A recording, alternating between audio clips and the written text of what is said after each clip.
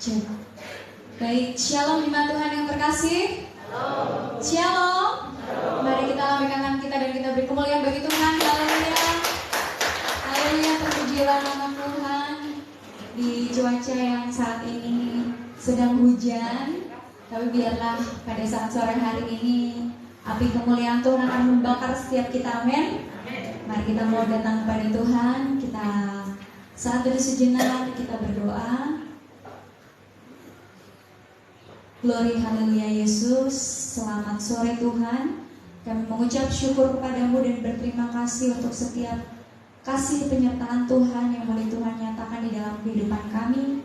Pada saat sore hari ini Tuhan, jemaat-Mu yang hadir di tempat ini maupun yang mengikuti secara live streaming Tuhan, kami hadir bersama-sama karena kami mau membuka hati kami untuk Engkau Tuhan Yesus. Kami tahu bahwa hidup kami yang kami lewati ini tidak mampu kami jalani tanpa Engkau. Bahkan Tuhan, kami tidak mampu berjalan jika Engkau tidak turut bersama dengan kami. Terima kasih Tuhan, pada saat sore hari ini kami mau datang pada Tuhan. Kami mau meninggikan nama Tuhan, kami mau menyembah Tuhan, dan kami mau bawa segenap kehidupan kami ke dalam tangan Tuhan. Setiap pergumulan dan permasalahan kami, Engkau sendiri yang tahu kedalaman hati kami Tuhan, agar kami semua Tuhan Yesus boleh dilayarkan. Dan ketika kami pulang Bapa, kami boleh membawa sesuatu daripada-Mu ya Tuhan Yesus. Karena Engkaulah pemilik hidup kami, Engkau yang tahu apa yang terjadi dalam kehidupan kami Bapa. Terima kasih Tuhan. Untuk itu Tuhan Yesus, kami menyerahkan setiap jemaat Tuhan yang masih dalam perjalanan. Tibakan mereka sampai di tempat ini dengan keadaan penuh sukacita. Dan kami sama-sama memuji Tuhan, menyenangkan hati Tuhan melalui pujian dan penyembahan kami. Kami siap untuk memuji-Mu dalam nama Yesus. Haleluya. Amin. Mari sama-sama kita bangkit berdiri. Kita berikan tos satu dengan yang lainnya Bapak Ibu. Katakan, mari kita memuji Tuhan. Kita puji Dia dengan tulus dan kecapi.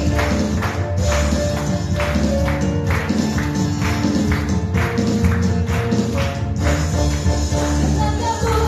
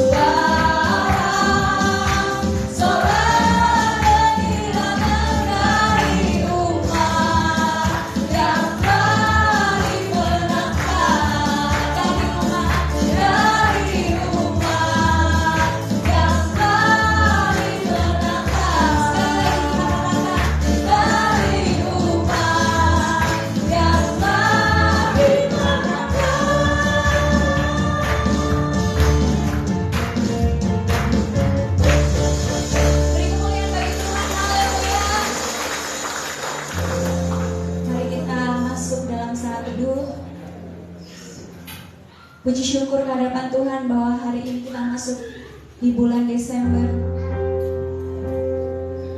bulan yang kita nanti-nantikan. Karena bulan ini kita akan bersama-sama merayakan kelahiran Tuhan kita Yesus Kristus. Karena karyanya, karena Dia yang mau datang ke dunia ini. Oleh karena begitu besar kasih Allah, sehingga kita semua beroleh hidup yang kekal. Sudah sepatutnya kita datang kepada Tuhan. Sudah sepatutnya kita siapkan hati kita untuk kita menyambut Tuhan. Terima kasih Yesus. Haleluya.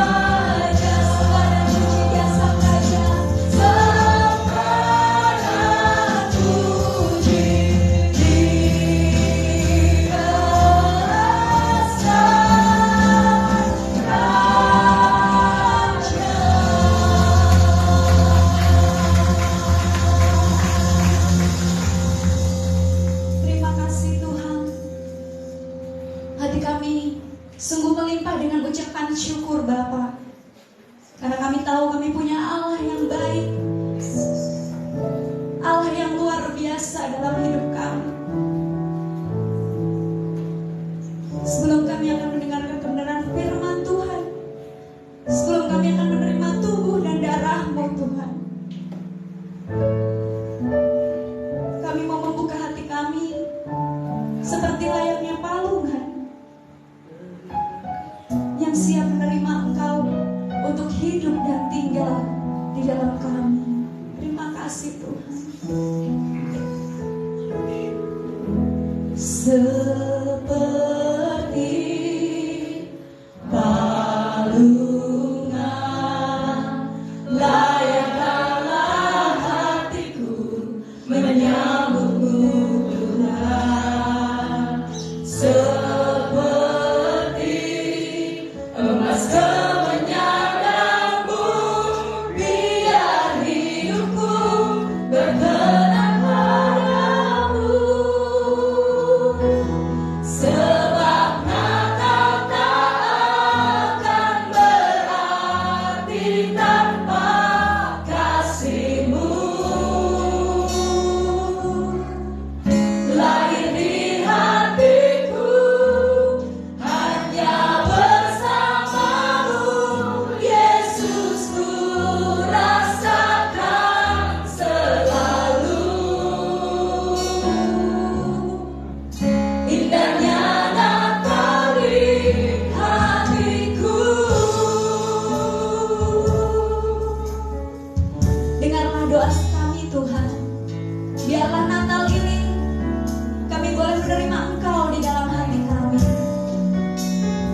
Katakan bersama jemaat Tuhan. Seperti palungan layaklah hatiku menyambutmu Tuhan. Seperti emas kemenyanganmu, biar hidupku berkenan padamu. Sebab Natal tak akan berarti tanpa kasih-Mu. Lahir di hatiku hanya bersama-Mu, Yesus, ku rasakan selalu. Indahnya Natal di hatiku. Sebab Natal tak akan berarti tanpa kasih-Mu. Waktu saya serahkan kepada Tuhan. Lahir di hatiku hanya bersama-Mu, Yesus, ku rasakan selalu. Indahnya Natal di hatiku. Indahnya Natal di hatiku. Indahnya Natal di hatiku. Biarlah ini menjadi pengalaman kami di dalam Tuhan.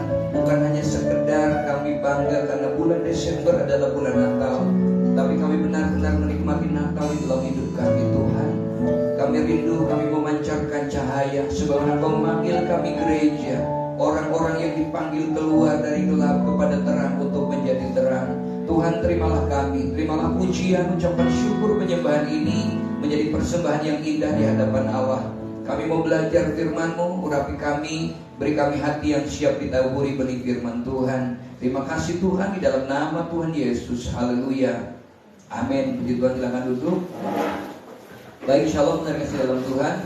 Kita bersyukur sudah masuk di bulan Desember, ini tanggal yang keempat. Sudah ada 4 perayaan Natal di Jogja sampai hari ini. Tapi ini satu hal yang begitu indah yang boleh kita rasakan, bahwa tidak pernah terasa bahwa hari ini kita sudah masuk di bulan Desember ini, dan kita juga akan merayakan Natal nanti tanggal 23. Terima kasih juga untuk doanya, dukungannya, supportnya, sehingga seluruh rangkaian acara di minggu kemarin yang begitu sibuk sudah bisa terlewati. Ya, apresiasi figur budaya nasional Tuhan sudah berikan, nggak tahu apa yang harus dilakukan ke depan. Pagelaran wayang golek juga sudah menjadi berkat bagi banyak orang, dan persiapan Natal di BRI juga sudah tinggal gladi bersih. Nah, hari ini kita akan belajar bersama-sama dengan tema bercahaya. Saudara dikasih di dalam Tuhan, ini adalah mengawali di bulan Natal ini. Saya rindu kita sama-sama belajar ayat-ayat yang sudah sering kali saya ungkapkan. Kita belajar bersama. Mari kita membaca ayat ini, 2-3. Kamu adalah terang dunia, kota yang terletak di atas gunung tidak mungkin tersembunyi. Nah, saudara perhatikan di sini, ini adalah satu khotbah Yesus di bukit. Penekanan dari ayat ini adalah bahwa merupakan sebuah tanggung jawab, dan kemudian ia berkata kepada kita. Jadi ketika kita dipanggil Tuhan, ketika kita menjadi anak Tuhan, ada sebuah tanggung jawab, bukan hanya sebagai terang dan garam dunia, tetapi Yesus menyebutnya kamu adalah seperti kota yang di atas bukit. Kota yang di atas bukit mungkin siang tidak begitu kelihatan, tapi pada waktu sore menjelang malam, maka kemudian perlahan tapi pasti kota itu akan semakin jelas, akan semakin indah, bahkan akan semakin banyak orang melihat. Di tengah-tengah kegelapan, justru kota yang di atas bukit semakin kelihatan. Nah, saudara, untuk memahami tentang kota yang ajaran yang indah dari Tuhan ini, kita mau belajar bahwa pada waktu Yesus khotbah di bukit, dia berkhotbah di hadapan orang-orang Yahudi yang sudah dididik perjanjian lama, sehingga mereka sudah sangat mengenal ayat-ayat firman Tuhan. Mereka sudah belajar dari umur 7 sampai dengan 9 tahun, mereka diajar membaca. 9 sampai 12 mereka diajar untuk memahami. Sampai usia 18 mereka sudah dianggap semakin dewasa, dan 20 tahun dianggap dewasa, sudah paham betul, sudah hafal betul firman Tuhan. Nah, saudara perhatikan di sini, dan ketika mereka mendengar tentang kata-kata bahwa kamu seperti kota yang di atas gunung, mereka tahu betul, mengerti kota apa yang dimaksud oleh Tuhan Yesus. Yesus sedang menunjuk kepada satu kota yang menjadi kebanggaan mereka, kota yang menjadi kekaguman mereka, kota yang membuat mereka bangga menjadi bagian dari penghuni kota itu. Nah, saudara perhatikan bahwa kota itu adalah yang diperbincangkan oleh Yesus. Itu adalah kota Yerusalem yang tempatnya memang jauh lebih tinggi dari kota-kota yang lain. Dan kota itu juga mengandung nilai historis yang begitu luar biasa, sehingga patut diperbincangkan. Semua orang memperbincangkan kota itu. Bukan hanya terkenal bahwa di sana ada bait Allah, tetapi di Yerusalem itu menjadi pusat pemerintahan, pusat lahirnya nabi-nabi, ada pengajaran di sana, bahkan pusat menjadi kota menjadi satu kebanggaan. Sehingga dan akhirnya juga Yerusalem itu menjadi tempat di mana konflik tidak pernah berkesudahan di sana. Ada konflik kepentingan yang dimulai sejak zaman purba sampai pada saat kedatangan Tuhan, bahwa kedatangan Tuhan yang kedua kali diakhiri ketika Yerusalem dikepung oleh tentara yang besar, oleh Gog dan Magog, yang semua tertuju kepada Yerusalem. Saudara, hari ini belum sampai ke situ. Bahkan kalau kita melihat di sana, kenapa begitu pentingnya konflik kepentingan? Karena di situ ada pusat. Sampai hari ini sebenarnya panasnya Yerusalem itu luar biasa. Saudara, di Yerusalem itu kalau kita belajar Yesaya pasal yang kedua ayat 2 dan 3, Yerusalem itu adalah secara geografis memang lebih tinggi, tetapi Alkitab mencatat bahwa di Yerusalem itu menjadi tempat pengajaran. Di Yerusalem menjadi kota panutan, bukan hanya bagi orang Yahudi, tetapi bagi segala bangsa dan suku bangsa. Pada zaman Yesus, maka orang-orang pada hari raya Paskah, mereka berbondong-bondong dari seluruh dunia datang ke Yerusalem. Saudara, bahkan Yerusalem menjadi kota pengajaran, bahkan kota pengetahuan yang begitu hebat. Ya, keamanannya, cara mereka melindungi dirinya begitu hebat. Dulu ketika orang menciptakan rudal Scan, dia sudah ada rudal Patriot. Ketika orang menciptakan lagi tenaga nuklir yang begitu hebat, Yerusalem sudah melindungi kotanya dengan dom, sehingga apapun yang menyerang situ akan kalah dulu di atas. Saudara, begitu hebat ketika orang lain menutup mata, menutup informasi terhadap dunia luar, justru Yerusalem membuka informasi seluas-luasnya supaya masyarakat menjadi pintar. Nah, saudara perhatikan di sini, kota itu adalah di kota Yerusalem itu ada hadirat, ada firman Tuhan, ada pengajaran tentang jalan-jalan Tuhan yang membawa kepada keselamatan. Tetapi saudara perhatikan, kalau kita membaca di dalam firman Tuhan dari Yohanes pasal 1 ayat 1 sampai dengan ayat yang ke-14, di bagian ayat yang ke-9, ayat 10 dan ayat yang ke-11, ini cerita tentang Yerusalem yang akhirnya kemudian Yerusalem itu ditolak Tuhan. Saudara perhatikan, terang yang sesungguhnya yang menerangi setiap orang sedang datang ke dalam dunia. Ayat 10, ia telah ada di dalam dunia dan dunia dijadikan olehnya. Perhatikan, tetapi dunia tidak mengenalnya. Ayat 11, ia datang kepada milik kepunyaannya, tetapi orang-orang kepunyaannya itu menolak dia. Mari kita belajar tentang pemahaman tentang Yerusalem itu. Ketika Yesus berkata, kamu adalah kota yang terletak di atas gunung, maka kota itu adalah jelas disebut oleh Yesaya, yaitu satu tempat di mana semua bangsa akan datang untuk keselamatan mereka. Semua orang akan datang mencari pengajaran, sebab di kota itu bahwa Allah ada di sana, pengajaran ada di sana, kebenaran ada di sana, sehingga semua orang mencari kebenaran itu. Nah, saudara dikasih dalam Tuhan, kemudian Yerusalem itu mendapat panggilan yang mulia sebagai representatif Allah, kehadiran Allah, di mana sinar terang itu terpancar dari Yerusalem. Jadi Yerusalem tidak dipilih demi kepentingannya sendiri, tapi Yerusalem dipilih untuk melayani. Yerusalem dipilih untuk menjadi berkat. Yerusalem dipilih untuk orang melihat Tuhan, melihat Tuhan dan mengalami Tuhan. Melayani dengan cara bagaimana? Yaitu dengan cara menjadi terang kepada bangsa-bangsa sehingga dunia mengetahui kebenaran itu. Tetapi akhirnya kata firman Tuhan, ternyata Yerusalem tidak menunjukkan bukti sebagai bangsa atau sebagai kota yang mau dipakai oleh Tuhan. Itulah makanya di Yerusalem selalu ada konflik. Mereka gagal, penghuninya gagal. Orang yang ada di Yerusalem adalah orang yang menyambut Yesus dengan berkata Hosana bagi dia. Hosana menyambut Yesus dengan luar biasa ketika Yesus masuk ke Yerusalem dengan keledainya. Tetapi orang yang sama, orang yang menyambut Tuhan, orang yang sama, orang yang mempermuliakan Tuhan adalah orang yang sama, yang juga berteriak salibkan dia.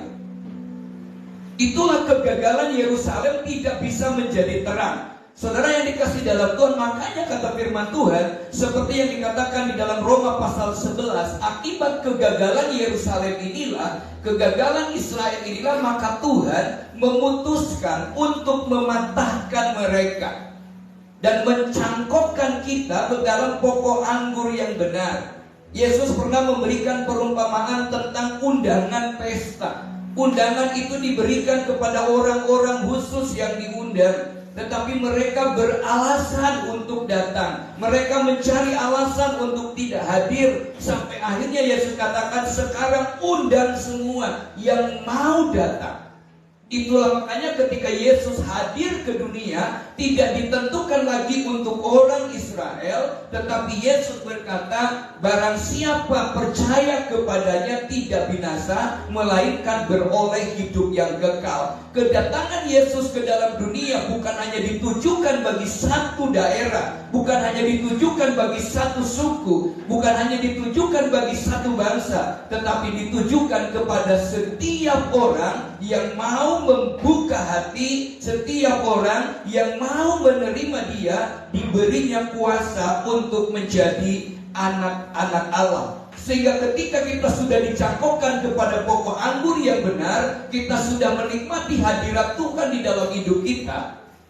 Yesus menyebutnya sesungguhnya kita ini, setiap orang yang percaya ini telah mengambil tugas Israel sebagai kota yang di atas bukit untuk bersinar dimanapun kita ditempatkan, untuk menjadi terang dimanapun kita ditempatkan oleh Tuhan, untuk memberikan keindahan di saat dunia ini semakin gelap.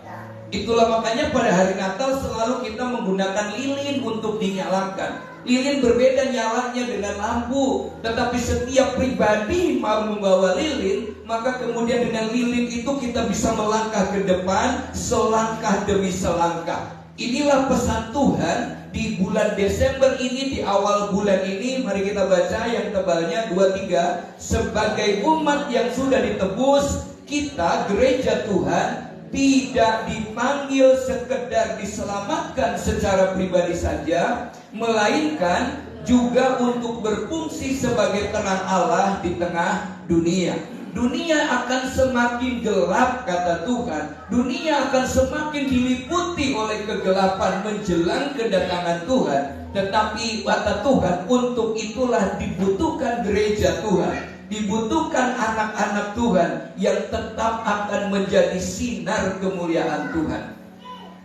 Kadang-kadang bareng dengan dia berpikir, kenapa ya Tuhan kok kalau ini lebih jelas gak daripada kemarin? Kenapa rusaknya minggu kemarin ya? Kok gak rusaknya sebulan yang lalu? Kan kita sudah menikmati terang dari minggu yang lalu. Dan begitu rusak itu kita lupa. Kenapa? Karena malamnya langsung gladi bersih, sorenya minggunya Seninnya terus pelayanan. Teman-teman tim pelayan mempersiapkan. Selasanya pelayanan. Saya mau pulang, ada Wak Mendes, ada Pak Idam, ada Pak Sukamto, lalu menemani sampai malam. Paginya ada wawancara, lalu berikutnya adalah dengan TVRI. Kamisnya Natalan, baru ingat Jumat pagi. Lah ini gimana minggu ibadahnya?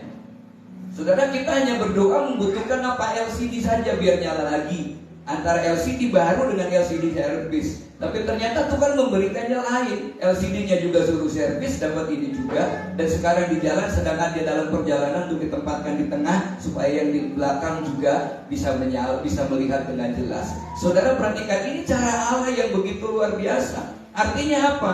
Mungkin kita dipakai Tuhan, kita tidak berpikir itu, kita pikir pelayanan, kita mikir melakukan menjadi berkat. Tetapi Tuhan lebih tahu apa yang mau Dia kerjakan bagi kita. Orang tidak sadar bahwa ketika kita melakukan sesuatu yang baik bagi Tuhan, sebenarnya kita sedang mempiutangi Tuhan. Maka sejak awal sesungguhnya fungsi kota Yerusalem itu sebagai kota yang di atas bukit, di mana semua bangsa dapat melihat dan berduyun-duyun datang kepada hadirat Allah. Demikian juga saudara dengan kehidupan kita. Tuhan rindu kita ini memberikan satu pengajaran kepada orang. Walaupun mungkin kita tidak bisa mengajarkan secara perkataan, tetapi orang bisa melihat perbuatan kita, orang bisa melihat gaya hidup kita, orang bisa melihat apa yang bisa dilihat sebagai bukti bahwa Yesus berimanuel di dalam hidup kita. Waktu Yesus lahir, sebelum Yesus lahir, Alkitab mencatat bahwa mereka akan menamakan Dia Immanuel. Artinya Allah beserta dengan kita. Siapa yang ngomong? Orang yang merayakan Natal, orang yang menikmati Natal, itulah yang akan mengatakan bahwa Dia adalah Allah Immanuel. Nah, saudara perhatikan di sini. Apa yang harus kita lakukan dengan Immanuel itu? Buktinya apa? Syaratnya apa? Supaya kita menjadi kota seperti kota yang di atas bukit. Yang pertama saudara adalah kita harus menjadi pribadi menjadi pribadi yang dapat dipercaya.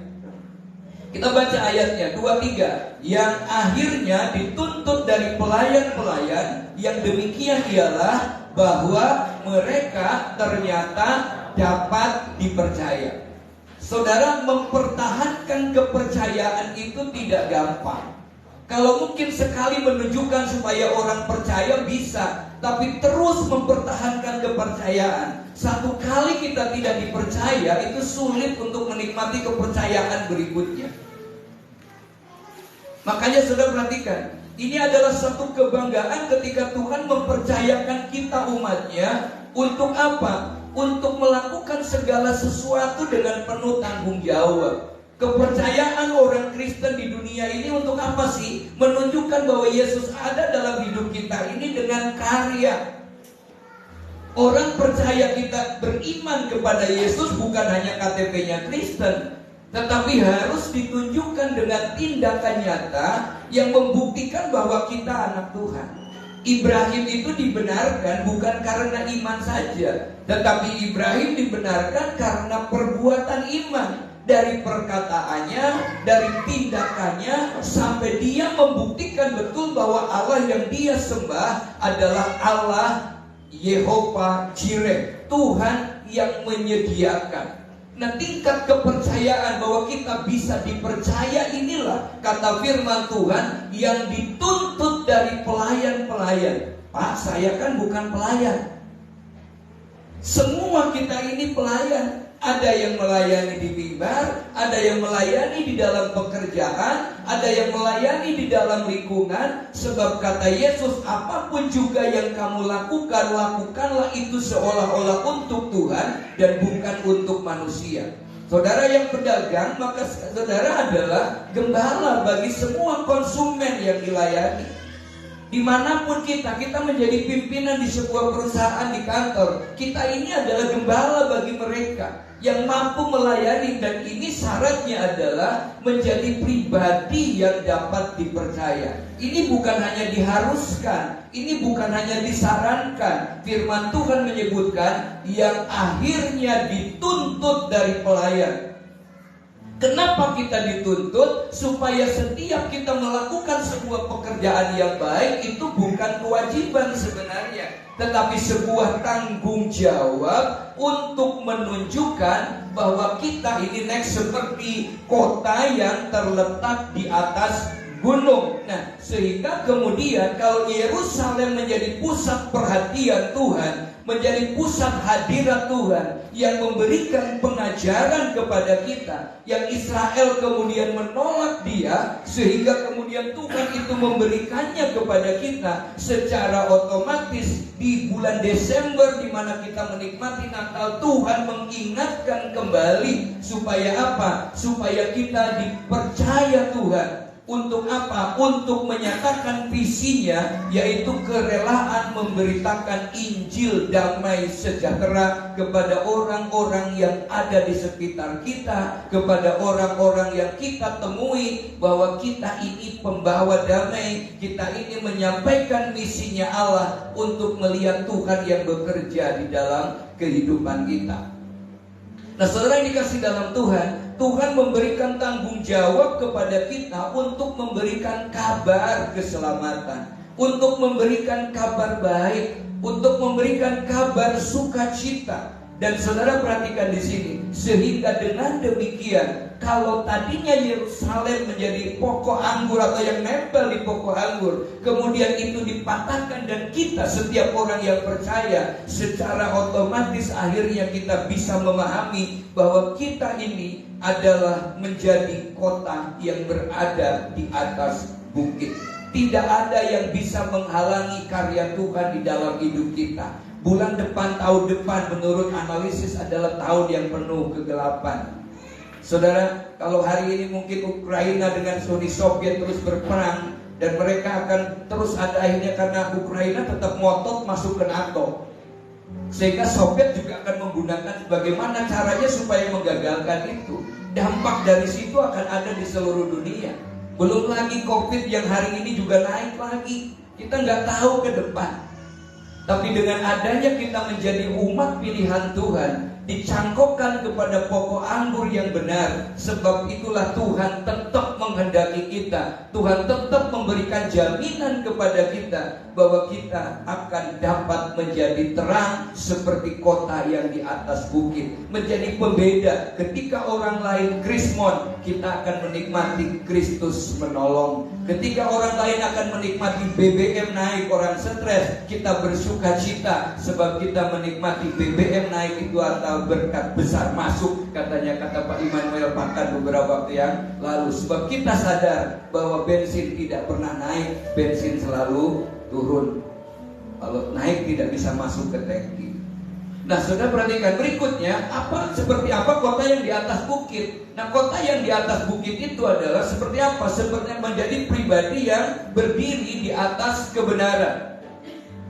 Menjadi pribadi yang berdiri di atas kebenaran. Saudara, mari kita baca firman Tuhan Matius 16 ayat 18, 23. Dan aku pun berkata kepadamu, engkau adalah Petrus, dan di atas batu karang ini aku akan mendirikan jemaatku, dan alam maut tidak akan menguasainya. Saudara perhatikan, ini adalah ketika Yesus berkata kepada murid-muridnya, siapakah aku ini? Orang lalu berasumsi siapa Yesus, tapi Yohanes atau Simon berbilang, engkau adalah anak Allah. Maka kata Yesus, engkau adalah Petrus. Perhatikan, hanya berdasarkan keyakinan iman yang keluar dari hati, yang kemudian terucap dari mulut, bahwa mengakui Yesus adalah anak Allah yang hidup, itu menjadi satu dasar yang kokoh untuk menjadikan Petrus itu disebut Petrus, bukan lagi Simon. Dan kata Yesus, aku akan mendirikan jemaatku di atas batu karang ini, di atas Petrus ini. Lalu orang menyebutnya Petrus ini di atas Petrus, ya, di atas batu karang. Dan Yesus menjadikan Simon itu karena keyakinannya kepada Tuhan, keteguhannya kepada Tuhan, konsistensinya imannya kepada Allah, dia disebut Petrus. Artinya setiap orang yang percaya kepada Tuhan, yang tidak tergoyahkan imannya dalam kondisi apapun, yang konsisten berdiri di atas kebenaran, di kita adalah Petrus rohani, yang dimana Tuhan rindu bahwa jemaat itu dibangun di atas batu karang. Sehingga ketika kita konsisten dalam iman kita, Alkitab mencatat alam maut tidak akan menguasainya. Kita berada dalam perlindungan total yang sempurna dari Tuhan ketika kita tetap konsisten memiliki pengetahuan iman, pengakuan bahwa Yesus itu adalah Tuhan dan Juru Selamat. Saudara yang dikasih dalam Tuhan, dengan kata lain bahwa tidak ada seorang pun yang dapat meletakkan dasar lain daripada dasar yang diletakkan yaitu oleh Yesus Kristus. Sekarang berapa banyak orang yang tidak konsisten berdiri di atas pengakuan iman yang benar kepada Allah. Kalau kita ingin disebut batu karang, maka kita tidak bergeser. Saudara perhatikan, apapun yang terjadi ke depan, kondisi apapun, ketika kita fokus kepada Tuhan, yakinlah bahwa Tuhan pasti bela kita, Tuhan pasti tolong kita. Tapi kadang iblis membawa mulut kita untuk mengeluh, iblis membawa mulut kita untuk ngomel-ngomel, iblis membawa kita untuk mengingatkan tentang cerita masa lalu, iblis membawa kita untuk melihat kejelekan orang, sehingga membuat kita tidak konsisten. Yang seharusnya kita melepaskan pengampunan, yang seharusnya kita memiliki damai sejahtera, kita tidak menikmatinya. Mengapa? Karena kita tidak berdiri kokoh di atas kebenaran firman Tuhan. Mengapa? Kita sering menafsirkan firman itu dengan kemampuan kita. Tadi malam saya mendapatkan ilustrasi yang indah.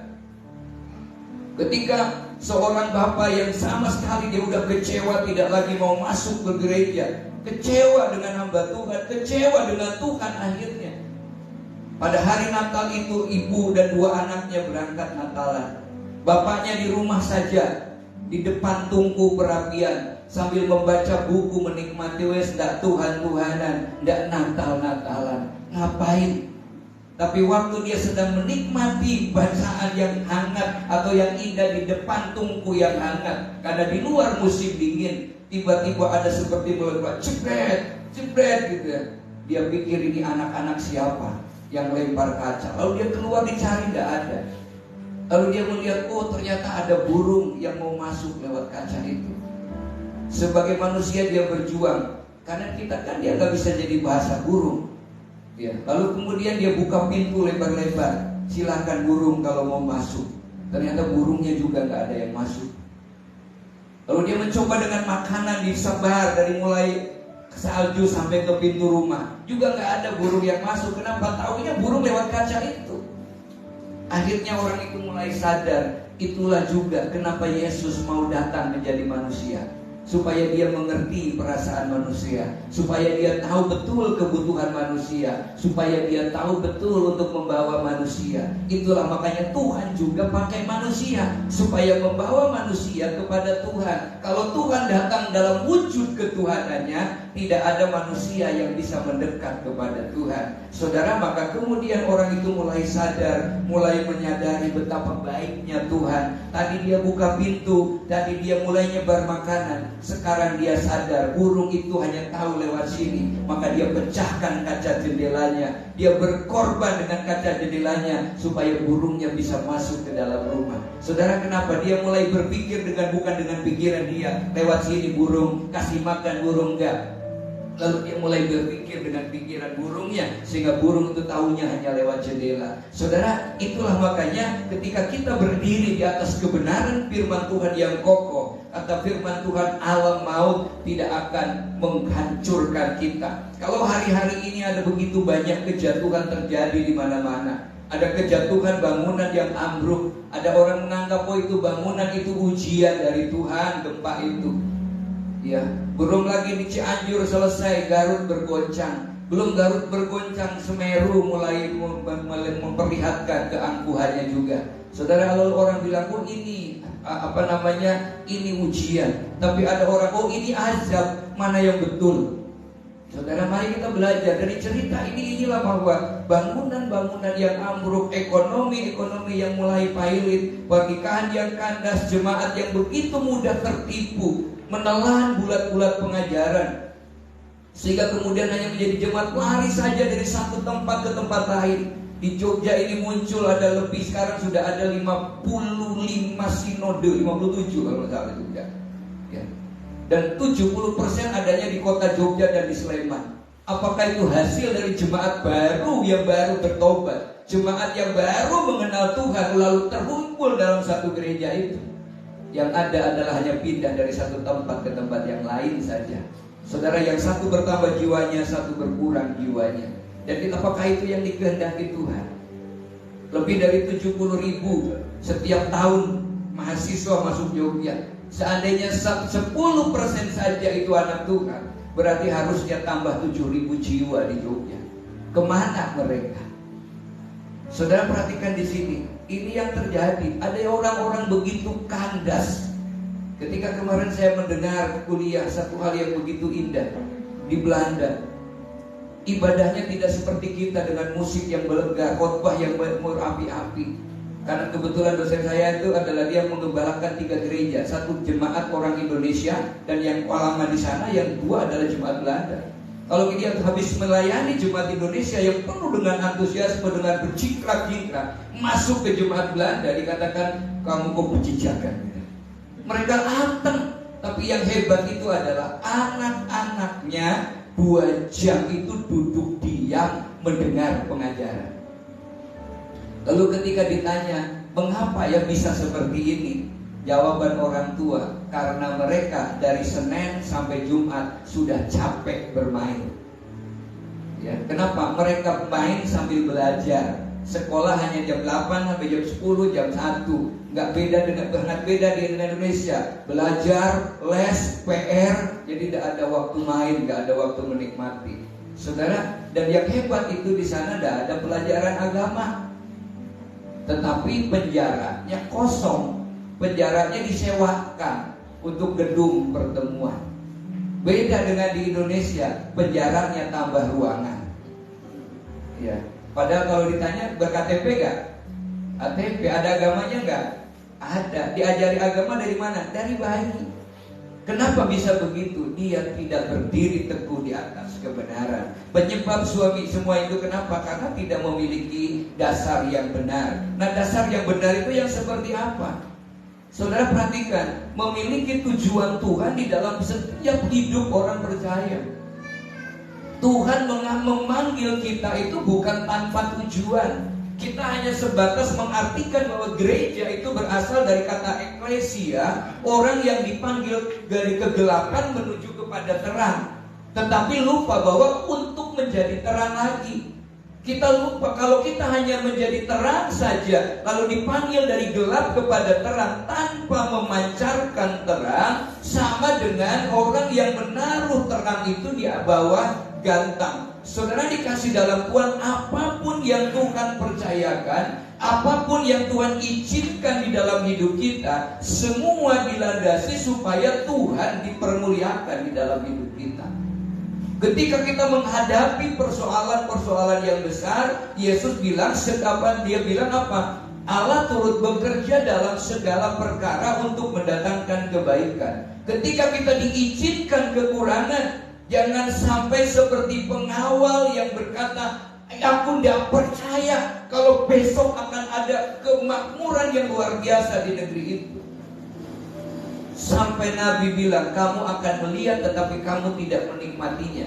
Saudara, ada cara Allah untuk memberkati kita. Kita tidak, dan banyak adalah orang seperti Yunus beralasan, melogiskan segala sesuatu untuk membuat menjadi pembenar, supaya Tuhan manut dia, supaya orang membenarkan dia. Yunus kenapa tidak pergi ke Niniwe? Karena dia tahu bahwa Niniwe itu akhirnya akan menghancurkan Yerusalem, khususnya kota Samaria. Asyur itulah yang akan membawa orang-orang Samaria. Tahun 721 itu digenapi orang Samaria, Israel Utara dibawa oleh Asyur. Dan ketika Yunus disuruh Tuhan ke Niniwe, dia tahu cerita ini. Maka dia beranggapan bahwa saya akan membela bangsa saya akan membela Tuhan supaya tidak terjadi Asyur membawa bangsa warga Israel. Tetapi itu kan bukan cara Tuhan. Itu bukan cara Tuhan, tapi cara dia untuk melakukan pembenaran. Dia sudah membelokkan firman Tuhan untuk tidak taat kepada firman, seolah-olah apa yang dia kerjakan itu benar. Berapa banyak sekarang ini orang yang tidak sungguh-sungguh di dalam Tuhan. Bukan kita tidak boleh online. Dulu yes, ada online tidak apa-apa, karena keadaannya memang sudah begitu. Tapi sekarang pemerintah memberikan kelonggaran untuk onsite. Pak, enak online Pak, betul. Kenapa? Sebab kalau ibadah online itu bisa disambi. Lagi ibadah ada tamu buka pintu, ngobrol dulu, merebus air. Bahkan kemarin ada yang online di rumah bukan lagi ibadah, malah di kamar ketiduran ya. Sedang ibadah kok bisa ketiduran. Saudara perhatikan, apakah dia menikmati hadirat Tuhan? Yang terjadi adalah mereka mengakui ibadah tetapi tidak mengakui puasa dari ibadah itu.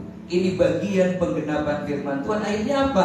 Yunus diombang-ambingkan oleh gelombang. Dan bukan hanya mencelakakan dia, merugikan dia. Akibat perbuatan Yunus, berapa banyak orang yang dikorbankan oleh Yunus. Saudara kasih dalam Tuhan, kota yang di atas bukit itu bagaikan mercusuar yang menjadi patokan bagi orang lain, kapal-kapal untuk bisa mendarat, untuk bisa sandar. Tetapi mengapa mercusuar itu begitu kuat? Karena dia dibangun di atas batu karang yang kokoh. Dengan mercusuar kapal-kapal tidak tersesat. Dengan mercusuar orang-orang bisa sampai ke daratan. Demikian juga dengan Kritas menjadi kota yang di atas bukit, yang kokoh di atas kebenaran, akan membawa orang-orang datang kepada Tuhan. Tuhan ingin kita menikmati Tuhan dulu, kebaikan Tuhan, bahwa ketika dia lahir ke dunia, dia rindu kita berkata, oh Immanuel, Allah beserta dengan kita. Saudara dikasih di dalam Tuhan Yesus Kristus, mari kita baca kalimat yang tebal 23. Apapun yang dikatakan orang tentang tantangan dan tentang gelombang yang mungkin menghadang langkah kita, sepanjang kita berfungsi sebagai kota yang di atas bukit, maka tidak ada satupun yang dapat menggoyahkan kita. Tidak ada satupun yang akan memgoyahkan kehidupan kita ketika kita menjadi kota yang di atas bukit. Sebab pengajaran firman Tuhan itu adalah ya dan amin. Setiap firman yang keluar dari mulut Allah, dia akan terjadi, dia tidak akan kembali dengan sia-sia.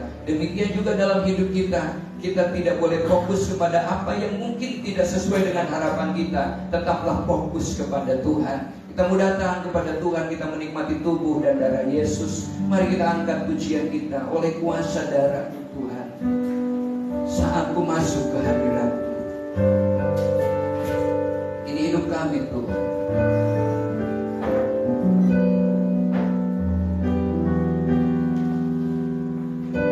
Mari saya mengundang pelayan perjamuan untuk hadir ke depan.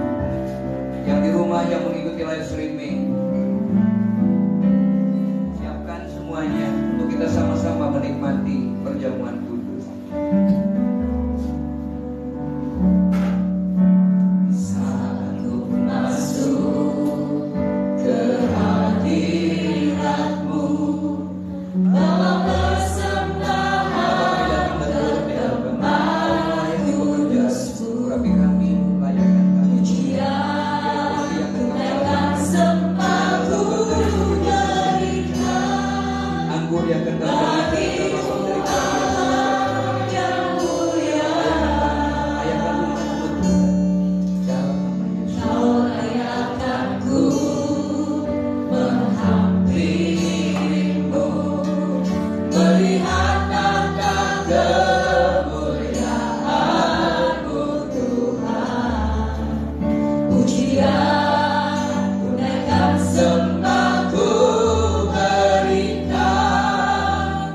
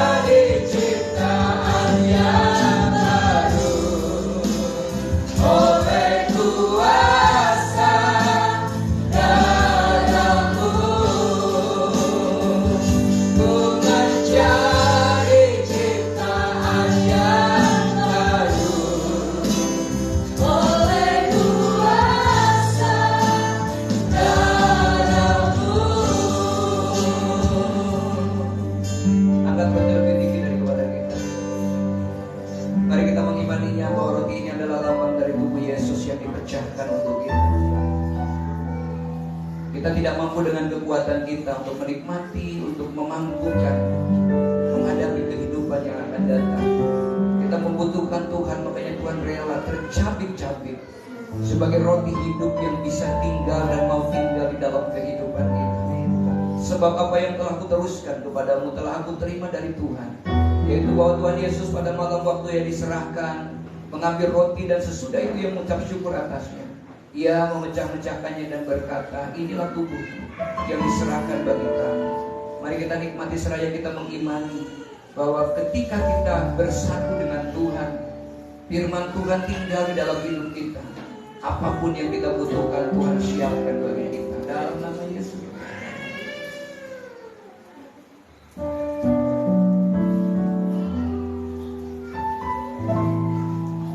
Angkat cawan lebih tinggi di kepala kita. Cawan ini berisi anggur lapar dari darah yang ditumpahkan. Darah yang membebat hati kita, darah yang membebat pikiran kita, darah yang menyembuhkan kita, bahkan darah yang melindungi kita ketika kita berdiri teguh dalam kebenaran firman Tuhan. Alam maut tidak akan menyentuh kehidupan kita. Demikian juga yang mengambil cawan sudah makan lalu berkata, cawan ini adalah perjanjian baru yang dimeteraikan oleh darahku. Perbuatlah ini setiap kali kamu minumnya menjadi peringatan akan aku. Nikmati bersama dalam nama Yesus. Haleluya Tuhan, haleluya, haleluya. Mari bersyukur kepada Tuhan, mari sembah Dia. Kami bersyukur Tuhan, kami memuji-Mu Yesus, kami agungkan Engkau. Haleluya, syukur.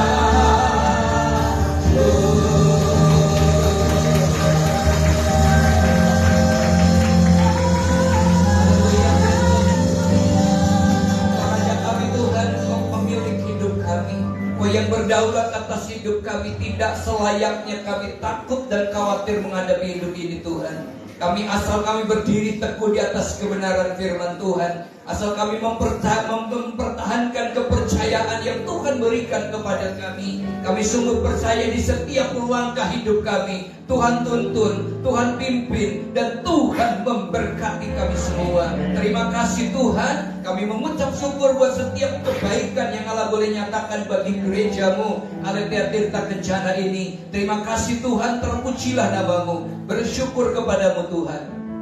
Kami berdoa bagi setiap acara sepanjang minggu yang akan datang. Kami juga berdoa bagi rencana Natal kami Tuhan tanggal 23. Kau berkati rencana ini sehingga bukan menjadi rencana kami, tetapi menjadi rencana Tuhan bagi kami. Berkati acaranya, berkati cuacanya, berkati dana yang kami butuhkan. Berkati juga Tuhan setiap keamanannya, bahkan setiap sidang jemaat yang akan hadir. Kami sungguh percaya ketika Tuhan menjadi fokus di dalam Natal ini, ada kuasa yang dinyatakan, ada banyak jiwa yang dibawa kepada Allah. Terima kasih Tuhan. Berkati persembahan yang kami berikan, kolektor tatangan persepuluhan, bahkan persembahan khusus Natal dan persembahan yang lain Tuhan. Kuduskan ini menjadi persembahan yang indah di hadapan Allah. Terima kasih Tuhan. Di dalam nama Yesus Kau kembalikan berlipat ganda dalam hidup kami. Kalau sebentar kami pulang, lindungi kami. Berkati saudara kami yang dalam keadaan sakit dan lemah Tuhan. Kau lawat di dalam nama Yesus Kristus. Terima kasih Tuhan. Kami mau pulang dengan menikmati berkat Allah. Katakan kita bersama-sama, Tuhan memberkati Engkau dan melindungi Engkau. Tuhan menyinari Engkau dengan wajahnya dan memberi Engkau kasih karunia. Tuhan menghadapkan wajahnya kepadamu dan memberi Engkau damai sejahtera. Mulai sore ini sampai Maranatha, Tuhan Yesus datang yang kedua kali. Yang percaya diberkati Tuhan, sama-sama katakan amin. Amin. Tuhan berkati, kita beri korban persembahan. Doakan ada beberapa agenda di minggu besok. Hari Senin besok ada konseling pranikah. Lalu sorenya ada rapat untuk persiapan pelayanan ke IKN di Kota Baru. Lalu kemudian hari Rabu, hari Selasa mengajar dan sorenya gladi bersih. Dan hari Rabu ada tamu dari Jakarta, dari BPP untuk persiapan biro organisasi di Yogyakarta. Lalu berikutnya juga ada ibadah juga. Dan kemudian hari ibadah Natal kita tanggal 23, kita masih butuhkan dana banyak ya saudara. Dan biarlah di persembahan kedua hari ini yang seharusnya untuk dana kesial kematian kita plotkan untuk dana Natal juga. Tuhan memberkati.